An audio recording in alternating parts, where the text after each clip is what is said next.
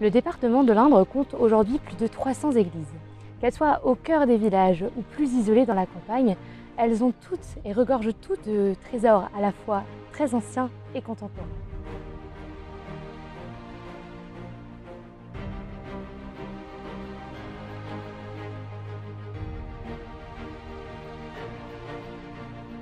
Parmi ces trésors, il existe les fresques murales qui mêlent à la fois l'art et la religion au cœur de ces bâtiments. Qu'il s'agisse de découvertes historiques ou simplement d'un projet de village pour rénover un bâtiment, ces églises et surtout ces fresques sont au cœur de ce reportage que nous vous proposons de découvrir aujourd'hui.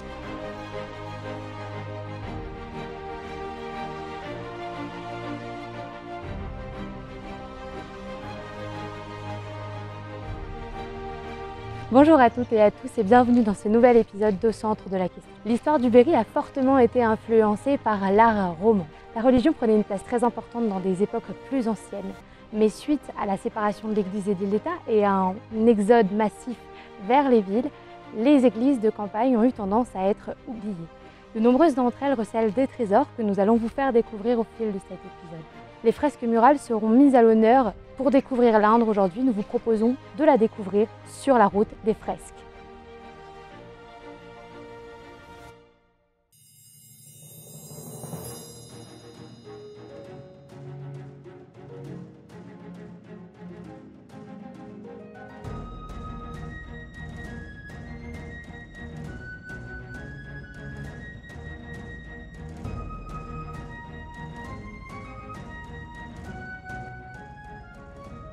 Nous commençons notre périple à Gargilès-Dampierre, à l'église Saint-Laurent-Notre-Dame.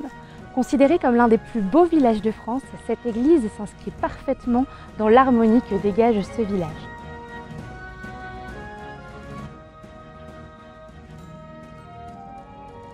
Elle contient aussi beaucoup de trésors historiques et architecturaux. Et ce sur quoi nous nous arrêterons aujourd'hui, ce sont les fresques de la crypte qui ont été conservées et qui ont traversé les siècles. En effet, l'édifice que vous voyez derrière moi date du XIe siècle.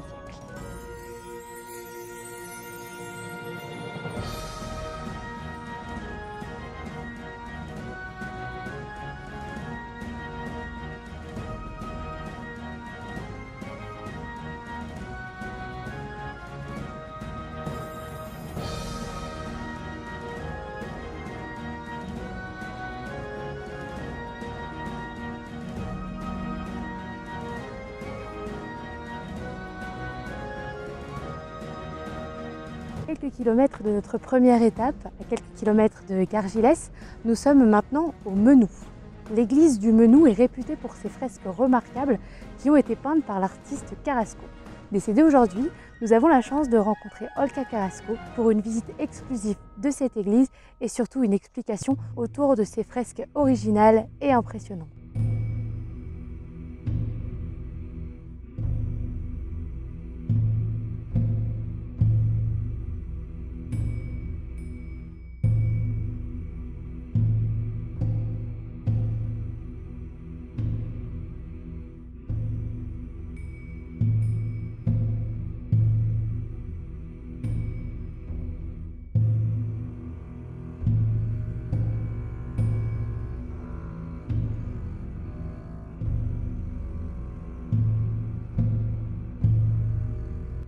Je m'appelle Oclio Carrasco, je suis une des enfants de Jorge Carrasco, un artiste né en Bolivie. Il est rentré dans cette église, il a vu des grands murs blancs et pour lui c'était un choc émotionnel. Il s'est dit, voilà une belle toile vierge qu'il faudrait repeupler.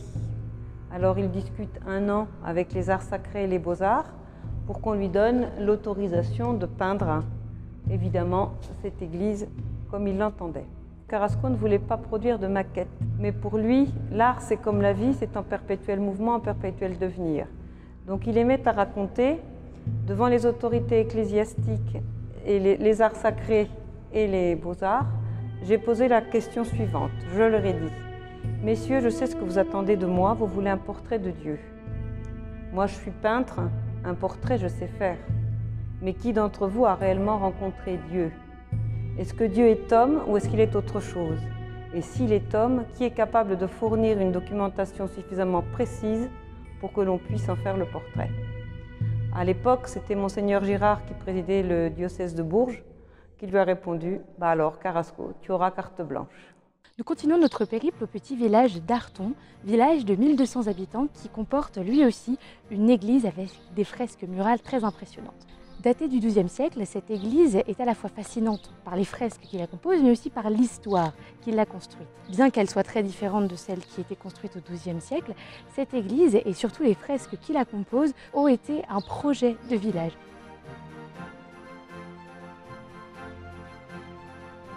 C'est Claude Malépile et son épouse qui, lors d'une visite à Arton, vinrent dans l'église et décidèrent d'en décorer les murs et de réaliser des fresques.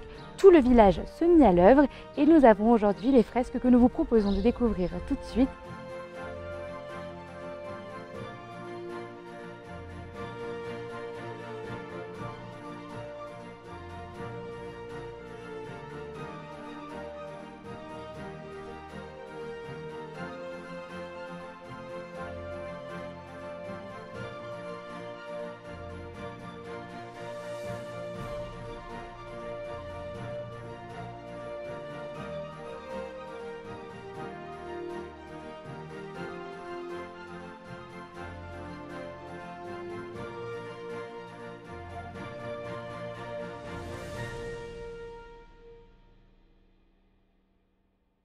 Nous achevons notre périple sur la route des fresques de l'Indre, dans la petite commune de Vic, non loin du célèbre domaine de Georges Sand de Nohant.